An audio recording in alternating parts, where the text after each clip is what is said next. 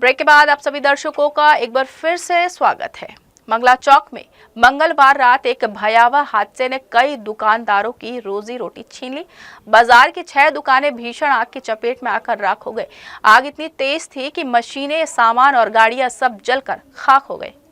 घटना रात करीब 4 बजे की है, जब बाजार बंद हो चुका था और सन्नाटा पसरा था। तभी चौकीदार ने एक दुकानदार को फोन कर बताया कि आग लग गई है। जब तक लोग कुछ समझ पाते तब तक आग विकराल रूप ले चुकी थी। बाजार की कुल 7 दुकानों को नुकसान पहुंचा, जिसमें से सबसे बड़ा नुकसान फर्नीचर दुकान को हुआ है। दुकानदारों का कहना है कि वो रात 8 बजे दुकान बंद कर घर चले गए थे। तड़के फोन आया तो भागते हुए मौके पर पहुंचे, लेकिन तब तक सब कुछ जल चुका था। मशीन, कपड़े, फर्नीचर, छोटा हाथी गाड़ी, कुछ भी नहीं बचा। एक दुकानदार का दावा है कि उसका लगभग 25 से 30 लाख रुपए का माल खाक हो गया है।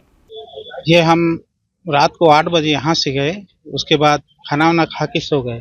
4 बजे यहाँ का चौकीदार जो है फोन किया, आपकी दुकान से में आग लग गया है, जल्दी आओ। मैं यहाँ 4 बजे पहुँच गया। 3:30 बजे मेरे को फोन किया, 4 बजे आ गया मैं यहाँ। और आने के बाद देखा तो पूरा दुकान में आग लग गया था। यहाँ पे 6 दुकानें हैं, 6 दुकान है। सबसे बड़ा मेरा ही है, बाकी सब छोटा छोटा। कोई पान ठेला है, कोई चाय ठेला है, सब्जी वाला है और एक धोबी का है, कपड़ा प्रेस करने वाला। मेरा दुकान, सेट और मशीन और लकड़ी करके लगभग 25 से 30 लाख का नुकसान हुआ है। आग से लॉन्ड्री में रखे ग्राहकों के कपड़े, चाय दुकान का सामान और फल सब्जी की दुकानें भी पूरी तरह जल गई। आग की वजह का अंदाजा शॉर्ट सर्किट लगाया जा रहा है, लेकिन अभी इसकी आधिकारिक पुष्टि नहीं हुई है। मंगला स्थित हरिओम फर्नीचर नामक एक दुकान है, जहां पर आगजनी हुई है। पुलिस ने आगजनी की रिपोर्ट कायम की है।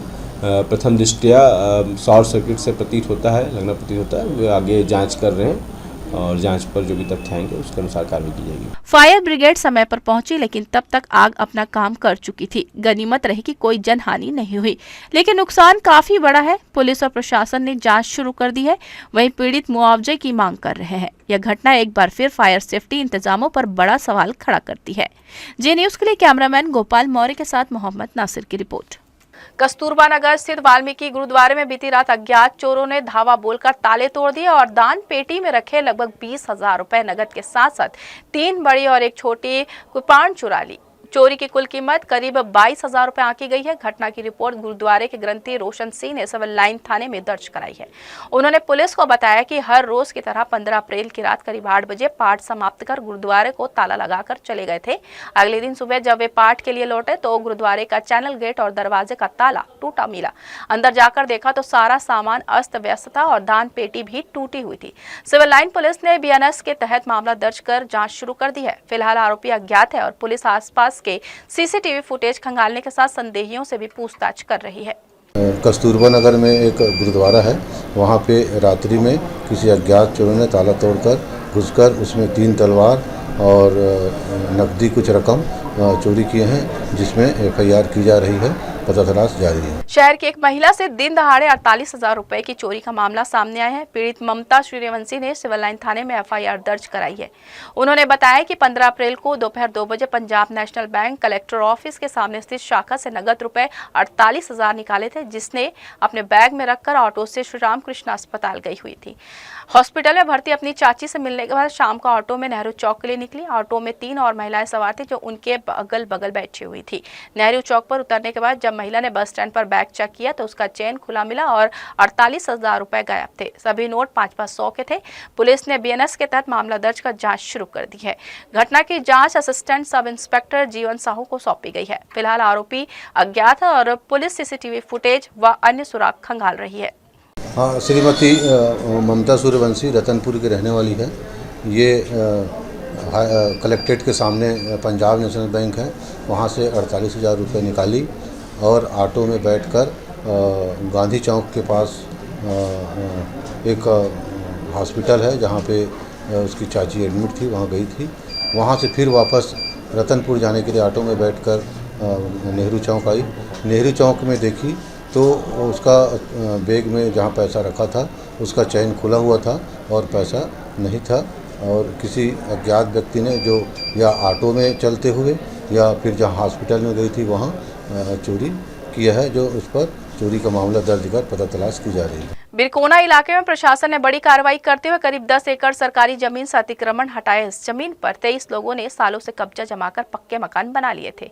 शिकायत मिलने पर कलेक्टर ने मामले को गंभीरता से लेते हुए जांच और कार्रवाई के निर्देश दिए थे। तहसीलदार गरिमा ठाकुर, जोन कमिश्नर राजेश अमला और पुलिस बल की टीम ने संयुक्त रूप से मौके पर पहुंचकर अवैध निर्माण पर बुलडोजर चलाए। इससे पहले सभी अतिक्रमणकारियों को नोटिस जारी कर जवाब मांगा गया था।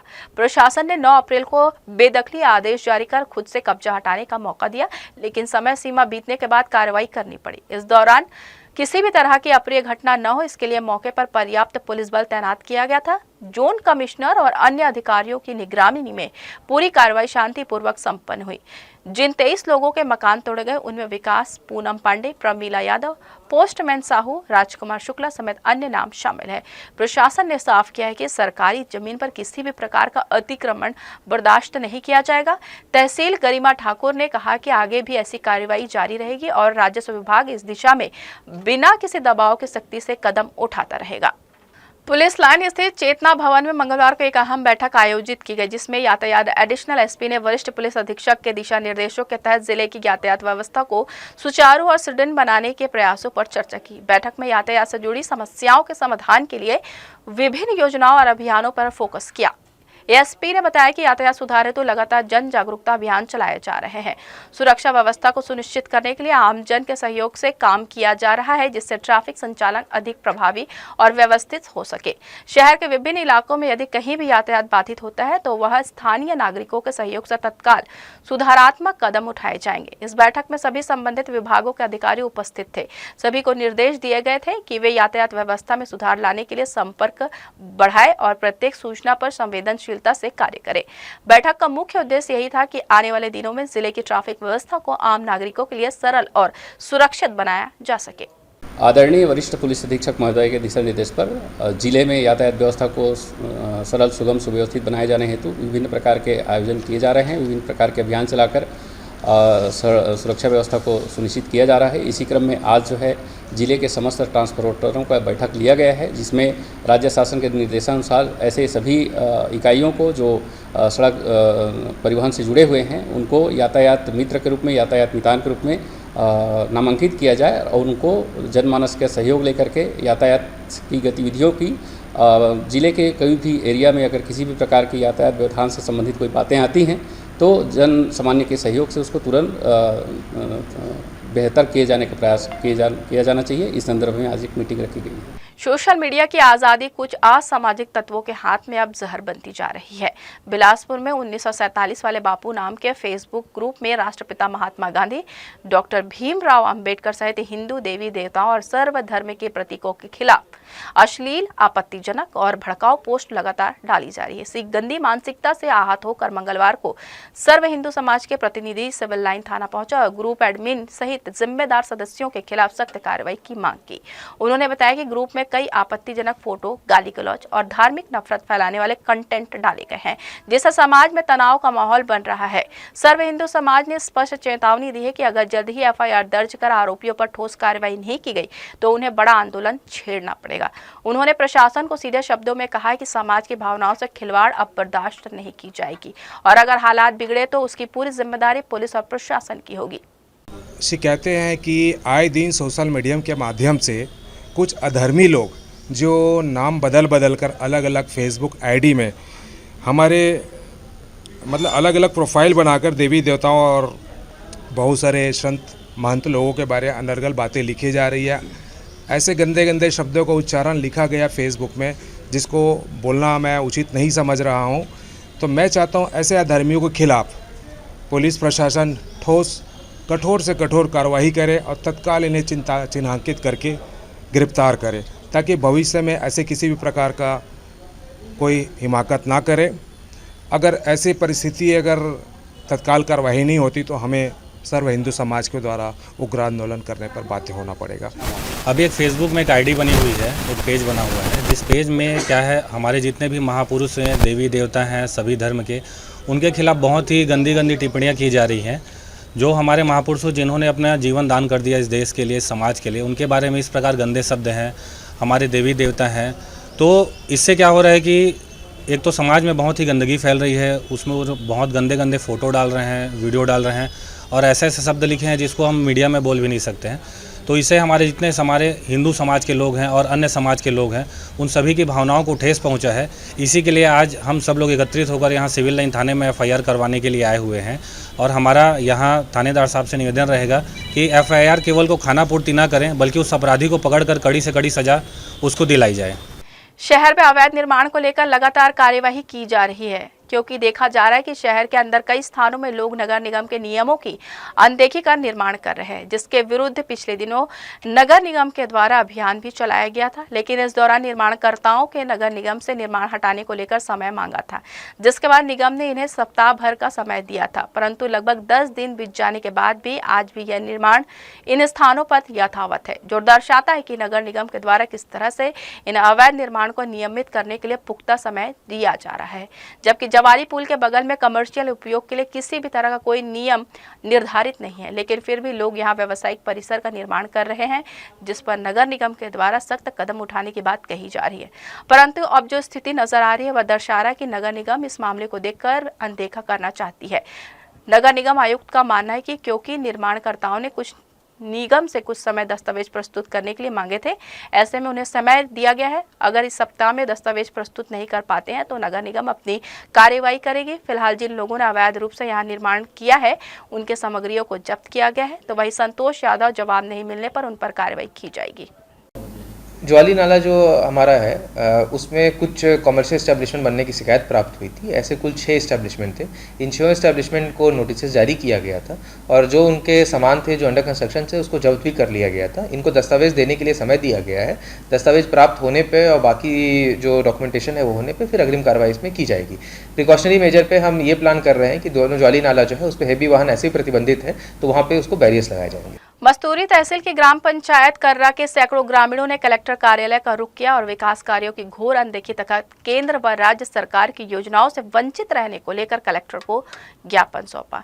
ग्रामीणों ने दर्जनों समस्याएं गिनाते हुए कहा है कि उनके गांव में आज भी बुनियादी सुविधाएं का घोर अभाव है। ग्रामीणों का कहना है कि गांव में सड़कें जर्जर स्थिति में है, कई जगहों पर तो सड़कें ही नहीं है। बरसात के दिनों में गांव की गलियां कीचड़ में तब्दील हो जाती है, जिससे आवागमन बाधित होता है। वहीं नालियों की व्यवस्था भी नहीं है, जिससे गंदा पानी घरों के आसपास भर जाता है और बीमारियों का खतरा बना रहता है। बिजली आपूर्ति भी अनियमित है, जिससे बच्चों की पढ़ाई और ग्रामीणों के रोजमर्रा के काम प्रभावित हो रहे हैं। ग्रामीणों ने आरोप लगाया कि उन्हें प्रधानमंत्री आवास योजना का लाभ अब तक नहीं मिला है। कई लोगों के नाम सूची में होने के बावजूद उन्हें एक भी किस्त जारी नहीं की गई है, जिससे वे अपना मकान अधूरा छोड़ने को मजबूर है। इससे ग्रामीणों ने गहरी नाराजगी है। प्रदर्शन में शामिल कई महिलाएं रोष प्रकट करते हुए बोली कि उन्हें मिलने वाला महतारी वंदन योजना का पैसा किसी अन्य व्यक्ति के खाते में ट्रांसफर हो रहा है। शिकायत के बावजूद इस गंभीर गड़बड़ी को सुधारा नहीं गया। ग्रामीणों ने कलेक्टर को अपनी समस्याओं से अवगत कराया और तत्काल कार्रवाई की मांग की। कलेक्टर ने ग्रामीणों को उचित जांच और आवश्यक कार्रवाई का आश्वासन दिया, लेकिन ग्रामीणों ने स्पष्ट किया कि यदि समस्याओं का समाधान नहीं हुआ तो वे बड़े स्तर पर आंदोलन करेंगे। 2 साल से आवास के लिए मेरे को घुमा रहे हैं। आवास तक पैसा सबसे पहले हमारा है, सब घर बन चुकी। अब हमने खुद आज तक पैसा नहीं देते न आते। मैं 2 साल से घूमत हूँ कर पीछू में, रोज रिक्वेस्ट करता मस्तूरी जा बोलते ओकर तो जात हूँ, वहाँ जा के मन बोल पूरा घुमाते। रोजगार सहायिका लक्ष्मी मतलब पूरा परेशान करके रखे है। और नाम से हम बहुत पीड़ित हैं। और हम कर्जा करके घर बनाते हैं, वही में बने नहीं है। और पूरा लड़का में धुर्रा मट्टी में खेलत रही थे। और नल के भी प्रॉब्लम है, ज़्यादा लाइट उट सब चीज़ के प्रॉब्लम है, चावल हुआ सब चीज़ के प्रॉब्लम है। आवास कई बार हो गए भरात, लेकिन आत नहीं है। अभी सब चीज़ की समस्या है। रोड उठ के और सरपंच जो नया सरपंच बने हैं वो भी कुछ कागज उगज बिचारल दे नहीं है। कई महीना हो गया वो कागज उगज लदा है। सरपंच जो नया खड़ा हो तेला बिचारा ला पुराना है, तबे तो बन ही कुछ कर ही सुधार कर ही। मोर महतारी बंदना पैसा नहीं आत है। 13 महीना पैसा आन के खाता में जात है। बैंक में जात हाँ तो पैसा आयच नहीं है, कुछ बात नहीं है, ऐसने बोलते। और आंगनबाड़ी के मैडम हाँ बोलते तो मैं सुधार डरे हैं, मैं सुधार डरे हैं, तो पैसे तो ऊपर भेज डरे हैं सुधार के, ऐसे कहते। साई सेंटर में गए तो कहते 13 महीना तोर पैसा आ गए है, फिर आन के खाता में जाते। दे नंबर में जात है कह के दूसरा नंबर खाता के मोला बताई से। बिलासपुर में भारतीय शिक्षा बोर्ड के द्वारा आधुनिक शिक्षा में भारतीय ज्ञान परंपरा का समावेशन पर विशेष संगोष्ठी एवं शिक्षाविदों का सम्मान समारोह का आयोजन किया जा रहा है, जिसके लिए बोर्ड के प्रदेश प्रभारी डॉक्टर सचिन यादव और संजय अग्रवाल ने प्रेस वार्ता कर कार्यक्रम और भारतीय शिक्षा बोर्ड की जानकारी दी। 18 अप्रैल भारतीय शिक्षा बोर्ड, जो कि भारत सरकार द्वारा गठित एवं पंजीकृत स्वयं संस्था है, जो राष्ट्रीय स्तर पर स्कूलों को संबद्धता प्राप्त करेगा। भारतीय शिक्षा बोर्ड के अनुसार उनके पाठ्यक्रम में आधुनिक शिक्षा के साथ साथ वैदिक ज्ञान संपदा जैसे वेद, उपनिषद, दर्शन, महाभारत, गीता पुराण, गुरु ग्रंथ साहिब, जैन दर्शन, बौद्ध दर्शन आदि के ज्ञान तत्व का समावेश किया गया है। कार्यक्रम का विषय है आधुनिक शिक्षा में भारतीय ज्ञान परंपरा का समावेश रखा गया है। यह कार्यक्रम बिलासपुर के लकीराम अग्रवाल सभागार में आयोजित होगा। हम लोग यहाँ पर आज पत्रकार सम्मेलन में आए हुए हैं। भारत सरकार द्वारा एक नया बोर्ड गठित किया गया जिसका नाम भारतीय शिक्षा बोर्ड, और ये भारतीय शिक्षा बोर्ड एक पहला ऐसा बोर्ड बनने वाला है और इसके माध्यम से हम छत्तीसगढ़ और भारत के प्रत्येक प्राइवेट स्कूलों को एप्लीकेशन करने की बात करने वाले हैं। उस संबंध में भारतीय शिक्षा बोर्ड का गठन क्यों हुआ, क्या कारण थे, उसके सिलेबस क्या है, उसके मापदंड क्या है, उसकी विषय वस्तु क्या है, इस संबंध में हमारे भारतीय शिक्षा बोर्ड के chairman doctor NP Singh ji, retired IAS officer हैं, वे 18 अप्रैल को आपके बिलासपुर में लकीराम ऑडिटोरियम में आ रहे हैं। 10:30 बजे से 2 बजे तक हमारा कार्यक्रम होगा और उनके माध्यम से भारतीय शिक्षा बोर्ड के पूरी विषय वस्तु के बारे में जानकारी दी जाएगी। उसी संबंध में आज प्रेस कॉन्फ्रेंस करने हम लोग यहाँ पर आएंगे। छत्तीसगढ़ बंगाली समाज द्वारा तोरवा स्थित बंगला भवन बंगला 9 वर्ष बड़े धूमधाम से मनाया गया। इस अवसर पर नगर विधायक अमर अग्रवाल और महापौर पूजा विधानी उपस्थित रहीं। हर साल इसी तरह से बंगला 9 वर्ष पर बंगाली समाज के द्वारा इसी तरह के कार्यक्रम का आयोजन कर समाज के सदस्यों को एक स्थान पर लाकर 9 वर्ष की खुशियां साझा की जाती है। इस मौके पर समाज के वरिष्ठ सदस्यों का यह सम्मान भी किया गया।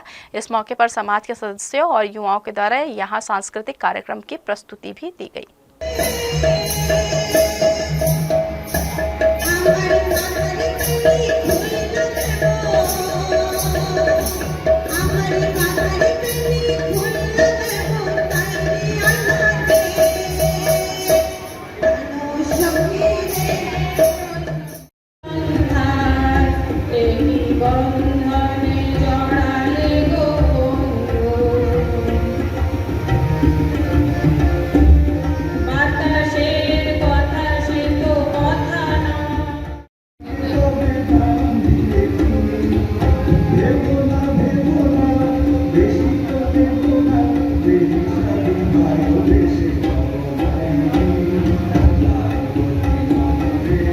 तो यह थी इस बुलेटिन की तमाम खबरें। देश विदेश की खबरों के लिए बने रहिए जी न्यूज़ के साथ।